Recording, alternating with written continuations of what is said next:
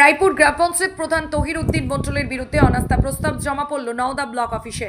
নওদা ব্লকে ৩ নম্বর রায়পুর গ্রাম পঞ্চায়েতের মোট সদস্য সংখ্যা 25 জন। তার মধ্যে একজন মারা গিয়েছেন। বর্তমান সদস্য সংখ্যা 24 জন। তার মধ্যে 14 জন সদস্য মিলে তৃণমূলের প্রধান তহির উদ্দিন মণ্ডলের বিরুদ্ধে অনাস্থা প্রস্তাব জমা দিলেন তৃণমূলেরই অন্যান্য সদস্যগণ। অনাস্থা প্রস্তাব জমা করার পর সাংবাদিকদের কি বললেন শুনুন। নওদা থেকে এসকে আফতাবি রিপোর্ট, এবি24 news. Pinky makeup beauty studio and academy বিশেষ ঘোষণা, 16 দিনের বেসিক অ্যান্ড অ্যাডভান্স কোর্সের ক্লাস শুরু হবে। মেকআপ এবং হেয়ার স্টাইল কোর্সের বিষয়ে জানতে যোগাযোগ করুন 7076086646 এই নাম্বারে। কোর্সের শেষে ISO সার্টিফিকেট ও গুডি ব্যাগ দেওয়া হবে।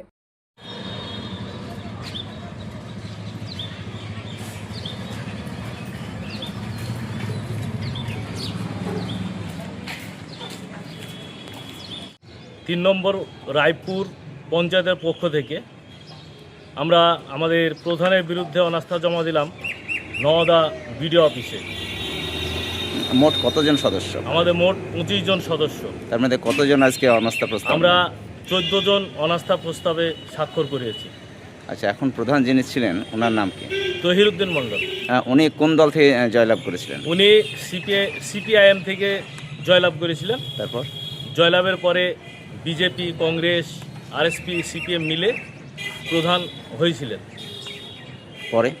পরে তিনি তৃণমূলে যোগ দিয়েছিলেন। আমরা তার বিরুদ্ধে আজকে সকলেই 14 জন মিলে তার বিরুদ্ধে অনাস্থা জমা দিলাম।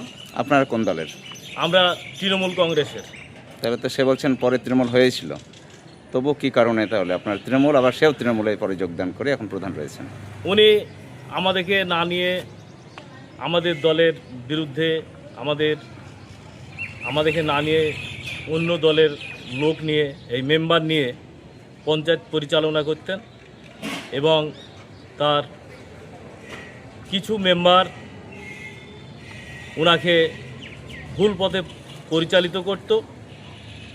সেই মেম্বারদের সঙ্গ দিয়ে চলার জন্য, আমাদের সঙ্গে না চলার জন্য ওনার নামে আমরা আজকে অনাস্থা প্রস্তাব জমা দিলাম।